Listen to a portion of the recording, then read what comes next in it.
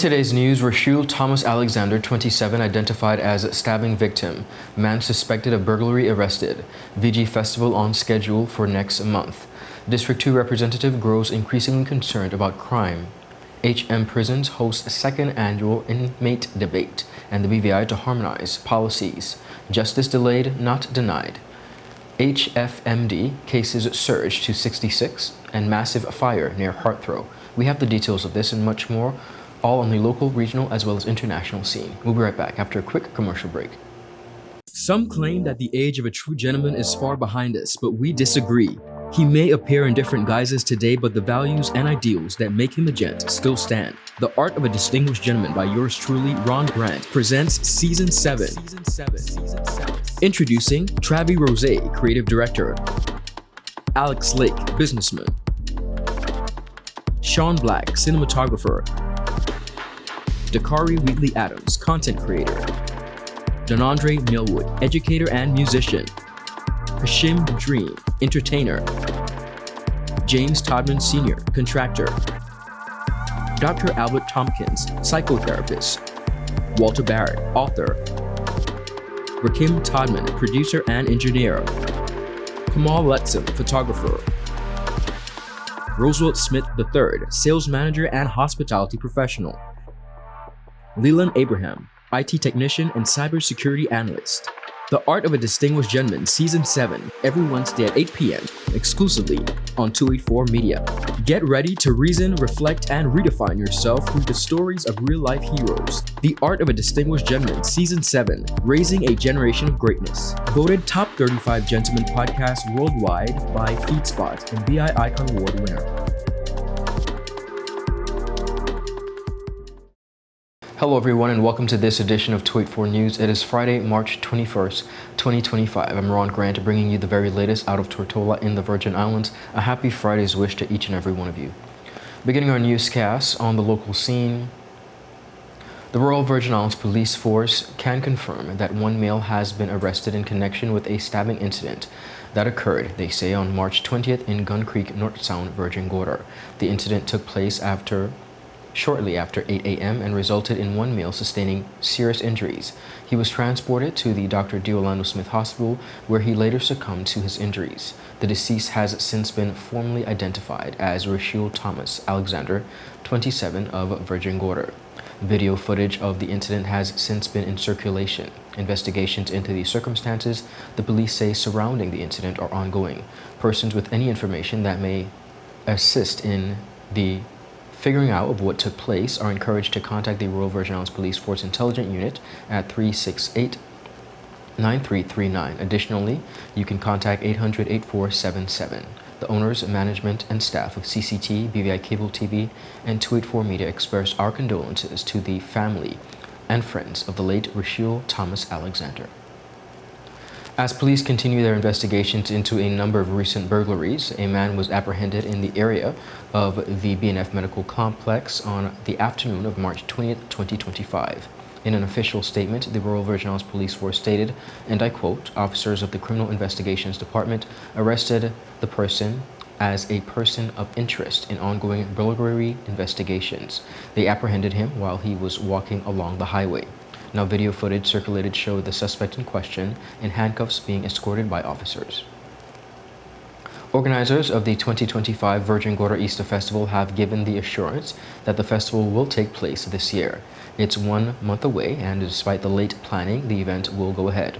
Chairperson of the Virgin Gorda Easter Festival Committee, Mr. Rashawn Stevens, during a ZBVI radio interview, said there were unprecedented situations that happened last year that has caused planning to be late this year. Stevens, among other things, says the committee resigned last year because members felt they were not being treated fairly. He also says that the clash within the music fest as artists, as well as there were some problems with funding and having a new location for the festival. For this year, Stevens says in January they were still not sure if the Virgin Gorda Easter Festival would have taken place, but after meetings with the BVI Tourist Board and the ministry, they are now moving ahead with the festival. Although we resigned with the committee we still kept meeting throughout the entire year, planning stuff for Virgin Gorda and the community and stuff that we could do to boost our community. although not being the deemed committee at the time. So we had to reach out to the ministry to find out if anything is happening, if they have someone to deal with the festival. If not, they agreed to meet with us. I believe it was the end of January. We met with the premier and had a discussion with him, let him know our expectations for this year, let him know that we've been planning, although we haven't been in the mix. And he was quite satisfied.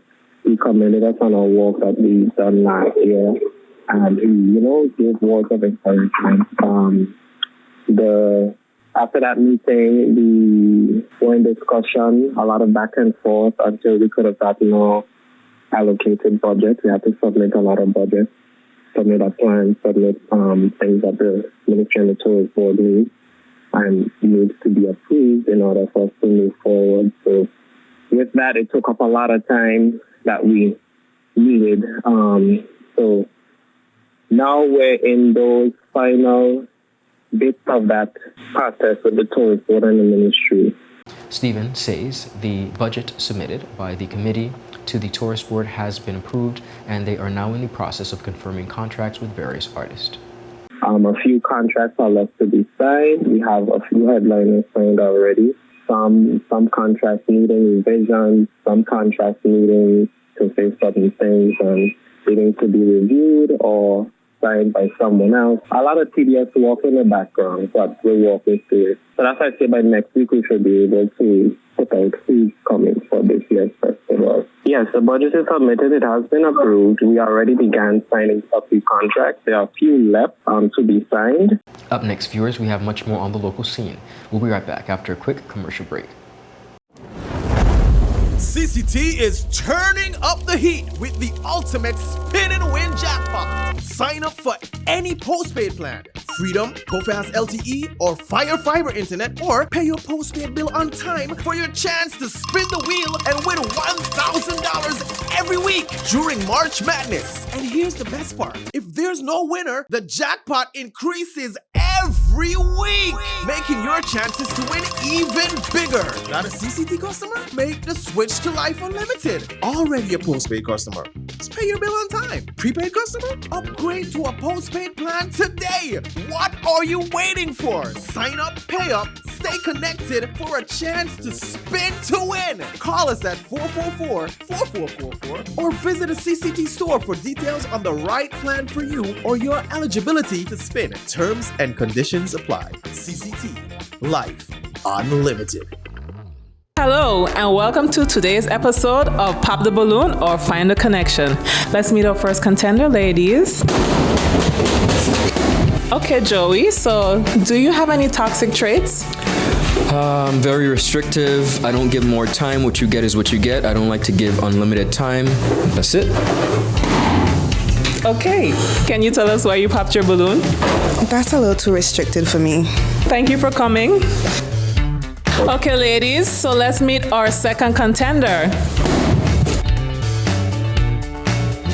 Sorry, excuse me. Why did you pop a balloon? I could give you minutes, data, unlimited call, overseas call, fiber. What else you need? My friend used to date you. You are a scam. She used to pay for everything and more. Nothing to offer. Okay, ladies, let's welcome our last contender. You look nice. Can you tell us your name? Thank you. My name is Christian Charles Thomas. They call me C Sweetie. What do you have to offer these ladies? Well, security, trust, unlimited time, and a pretty fast. Okay, so do you have any deal breakers? Nah, but here's my number. 444-4444. Y tú, vida ilimitada. Okay, guys, so no pop balloons. For a fast, reliable, and secure connection for your personal or business life, call us at 444-4444 or visit any of our CCT stores and we'll get you connected with the perfect match for you. Welcome back, everyone. Moving right along, 2nd District Representative, the Honorable Melvin Mitch Turnbull, is again expressing concern about the crime taking place throughout the territory, which includes the burglaries and the ringing out of gunshots within his district. Turnbull said he is working along with the Acting Police Commissioner Jacqueline Vanspool, the BVI Electricity Corporation, and businesses to put measures in place, all aimed at protecting residents. And I made my awareness known during when there was shootings happening throughout my community in the wee hours of the morning. But now there seems to be burglaries and other things taking place in the territory. Gunshots are ringing off in different communities within my district. And I believe it is important to let my voice be heard because it cannot be the norm in our BVI. It cannot be the norm in any community. Our families and our children and this community that we call BVI has to remain what it is known for, which is almost zero crime tolerance our community. Turnbull says talks are taking place with the police to have the police station in King Garden Bay open for a longer period and also to have more police patrols within the area. Well, the police station is open. We're trying to get it moved back towards being more 24-hour a day, man, 24 hours a day. That's one of the conversations we had with Commissioner, taking it from this shift system that is currently on to having it available and open 24 hours a day or as close to it as possible. What the commissioner has been able to assure us of, and we've seen it, is the patrolling of the cars that are going by the units that are going to the different communities and letting their presence be felt. That has been done since we've had these meetings. Coming down to the end of last year, we had quite a number of reports and offenses being committed, and now we've seen a little bit of a decrease. But at the end of the day, if we don't stay on it constantly, it has to be, it is going to continue, of course. So we must address it with urgency and have all persons in the community aware that they have a role to play. And as district representative, I am willing to support every measure to ensure that our communities, our families, our businesses, and everyone that live therein remain safe. Inmates at His Majesty's Prison recently participated in the 2nd Annual Inmate Debate, an initiative designed to support rehabilitation and personal transformation. The debate, themed "How Can My Positive Prison Experience Make an Impact in Society?" was a collaborative effort between His Majesty's Prison and the New Life Baptist Church and reflected a shared commitment to fostering positive change within the prison system. 2 teams of 5 inmates presenting arguments on how their time in prison could be used to contribute positively to the society. The second segment of the debate challenged inmates to respond to the question, "What would you say to any inmate who says there is nothing positive in prison?" The responses underscored the importance of mindset shifts, rehabilitation opportunities, and personal growth within the prison environment. Team 2 emerged victorious, earning a prize of $500, while Team 1 was awarded $250 for their efforts. Deputy Superintendent of Prison Raymond Grant praised the initiative, stating that these activities are aimed at improving prisoners' morale. Grant said, and I quote, "This is important because when inmate morale is high, staff morale is also high, and that is what we aim to achieve every day. Think of the next project, the next event, the next competition that will assist with rehabilitation. It's never too late, and I hope you embrace these activities with open arms, cherish them, and walk away with something positive. Although it is a positive competition," he said, "I hope we listen to each other and learn from each other's remarks." The acting principal officer overseeing the rehabilitation department, Giselle Ford Johnny, encouraged inmates to embrace a new way of thinking.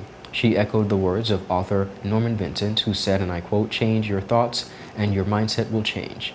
Mrs. Ford Johnny added, and I quote, "A journey of 1,000 miles begins with the first step, and today the first step is changing your mindset. We're starting," she said, "on a new page. This is progress. What are you going to look forward to when you leave prison? What will your mindset change the way you think and be a positive influence? Others around you will follow."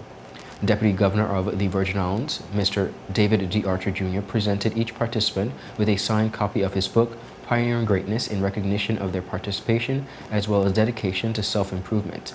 The gesture served as an encouragement for inmates to embrace personal development and strive for excellence despite their circumstances, building on the success of last year's inaugural debate. The second staging has reaffirmed the importance of such initiatives within the rehabilitation process. The partnership between His Majesty's Prison and the New Life Baptist Church remains a cornerstone of such efforts, with plans already underway to make next year's debate even more impactful. Now, in addition, viewers, to fostering dialogue and personal reflection, His Majesty's Prison, they say, are actively addressing key needs identified by staff, prisoners, and stakeholders. In response to these concerns and with the support of the Ministry of Health and Social Development, the prison now has a full-time prison counselor, rehabilitation officer, and teacher in place to strengthen its prison rehabilitation efforts. Such professionals play a vital role in providing emotional support, educational development, and reintegration strategies to help inmates transition successfully back into society.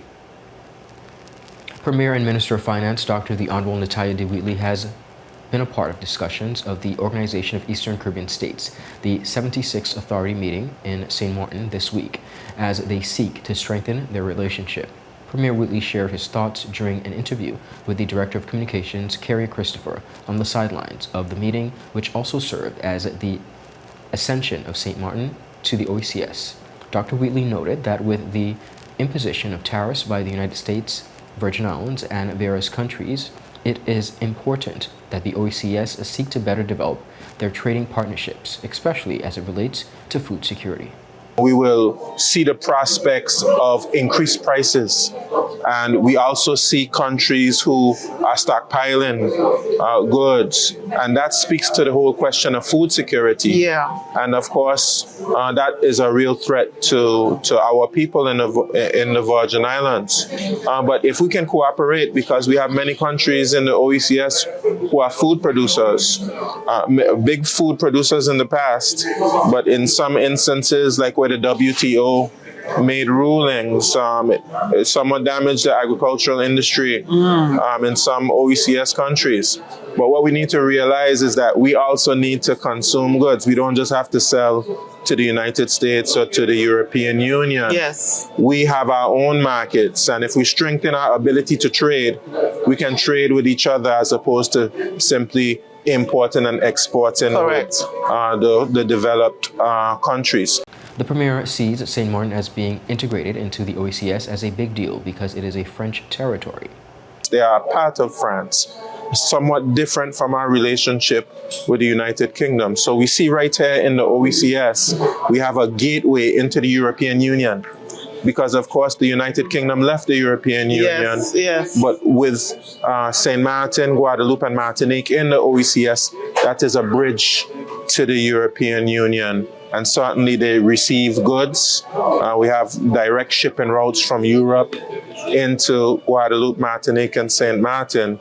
And that is also an option and a benefit for us, especially when we're talking about the tariffs potentially that's taken place in the United States and other countries. Additionally, Dr. Wheatley emphasized that for the BVI to be less dependent on the United States for its imports, they have to harmonize their policies to allow easier access of goods from the OECS countries.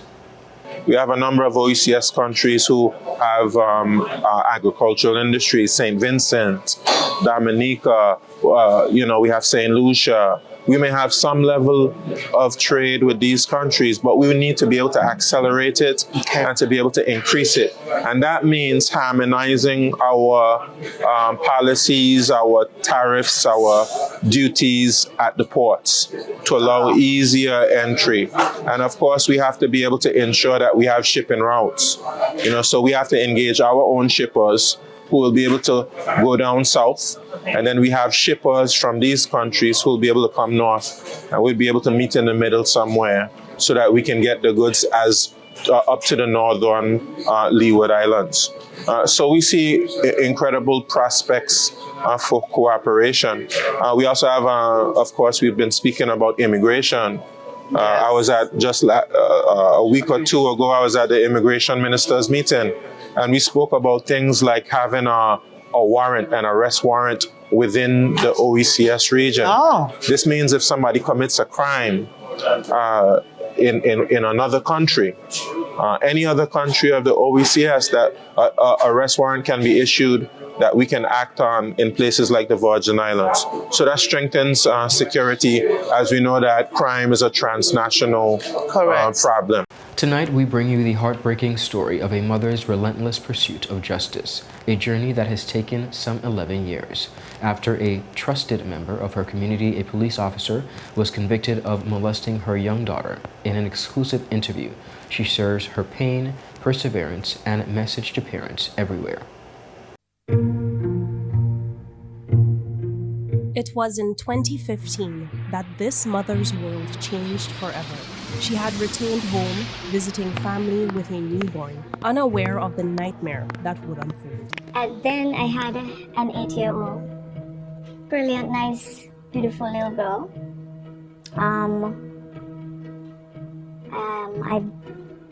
She was born in October 2006.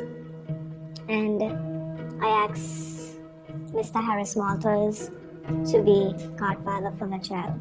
Both parents asked for him to be there as a police officer to serve and protect the little kids in the community, the people. And then for him to go and molest my daughter. It's devastating. Her daughter was supposed to be taken to her father. Instead, she was taken to a hotel where the unimaginable happened. The mother recounts the moment she found out. Went back home, don't mind the accent. I went back home to the US because I have a son that has medical problems, disabilities. So I moved back home and I came home. When I went back home, I was already pregnant. So when I came back home now to bring the baby to show families and friends, this was 2015, June, we came back home. And in July, when my daughter was supposed to go to practice for, little girls want to be in a parade with majorettes. And he was supposed to take her to her father, and instead took her to my sister's hotel. And they molested my daughter. She came home, I see her fidgeting, and I was like, what's wrong with you? She said, I have to bathe. Because I know sometimes she will wet on herself. She can't so later on the night she was like, Mommy, I have something to say. And I was holding the baby. Baby was about 2.5 months. And she was like, Mommy, I have something to tell you, but don't beat me. She started to cry. I say, Mama, what the hell did you do? She say, Mommy, Godfather Walters molested me. I almost dropped my baby. The pain, she said, was overwhelming. Juggling the care of a newborn and the trauma her daughter was experiencing, she sought justice. The process, however, would be long and difficult. Look out for the full release on all of our platforms. Up next, viewers, we have much more coming up. We'll be right back after a quick commercial break. Yo, everything good there? Why? This thing got me one way, Daddy. What do you mean? Ever since I hook up with this thing, can't eat, I can't sleep. This is the first thing I touch it when I reach home. What do you really? Hey, this ain't like you, Dad, this thing got me staying home, keeping out of trouble me. Wow. What your name is? Shit. I talking about my CCT life.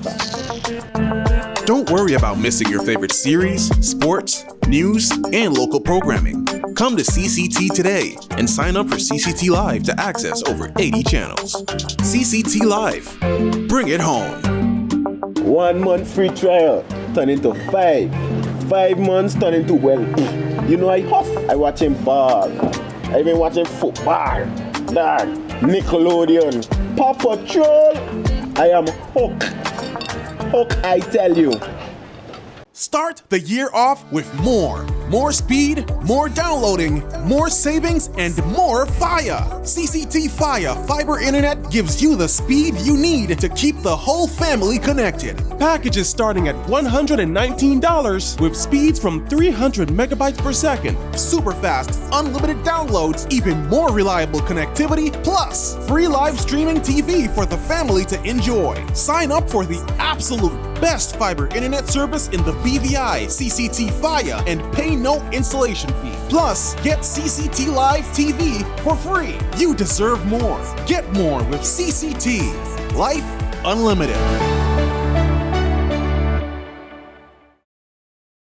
Welcome back, everyone, and thank you all for sticking with us. The Ministry of Health and Social Development is calling for urgent community action as hand, foot, and mouth disease cases have climbed to 66 within the territory, primarily affecting children in early childhood centers and pre-primary schools. Acting Chief Medical Officer Dr. Ronald Georges confirmed the rising caseload and outlined response measures being implemented. He stated, and I quote, "To mitigate spread, the Public Health Unit has implemented several key interventions such as enhanced surveillance and increase in health inspections, public awareness, as well as support for daycares and schools." Now, health officials are urging parents to keep infected children home for 7 to 10 days and for daycares to enforce strict sick policies. The highly contagious viral illness spreads through the direct contact with an infected person's bodily fluids or by touching contaminated surfaces. Symptoms include severe fever, throat, painful mouth, ulcers, rash on the hands, feet, and buttocks, decreased appetite, irritability, and general discomfort. Parents and caregivers are being urged to be vigilant and take necessary precautions to prevent the spread by adhering to the guidance offered by public health. Georges also advised the ministry recommends several preventative steps, including the practicing of good hand hygiene with frequent washing, keep symptomatic children at home, regularly disinfect toys and shared surfaces, avoid sharing personal items, maintain transparent communication between parents and schools, monitor for early symptoms, seek medical attention when the symptoms appear, and daycares and healthcare providers are reminded to report all cases of hand, foot, and mouth disease to the ministry. A massive fire at an electrical substation near London's Heathrow Airport knocked out power Friday, forcing Europe's busiest flight hub to close for the day and creating travel chaos that is expected to persist through the weekend. The blaze, which began Friday morning about 2 miles from the airport, triggered what witnesses described as a large explosion, following by a fireball and plumes of smoke visible across West London. Flight tracking service Flight Radar 24 reported at least 1,350 flights to and from Heathrow were affected by the shutdown. Aviation experts warned the disruption could last several days as airlines scrambled to reposition aircrafts and crew while accommodating stranded passengers. Approximately 120 flights were airborne when the closure was announced, with some forced to turn back, while others were derived to alternate airports including London, Paris, and Ireland. Now, the Metropolitan Police announced that the counterterrorism detectives are leading the investigation into the cause due to the incident's impact on critical national infrastructure, though Energy Secretary Ed Miliband said there is no suggestion of foul play. The specialized unit was deployed because it has resources and capabilities to quickly determine the cause. Heathrow, which landed and handles more than 6.3 million passengers in January alone, is a crucial global aviation hub. The airport had been experiencing increased traffic, with January figures showing a 5% rise compared to the same period last year. Authorities say they continue working to restore power, while airlines have begun the complex task of rebuilding their schedules. That is it for today's news roundup. Be sure to follow us for your daily news updates at tweet4media.com. Of course, follow us on our WhatsApp channel for daily updates, as well as Facebook, Tweet4Media, and Tweet4BVI on Instagram and X, formerly Twitter.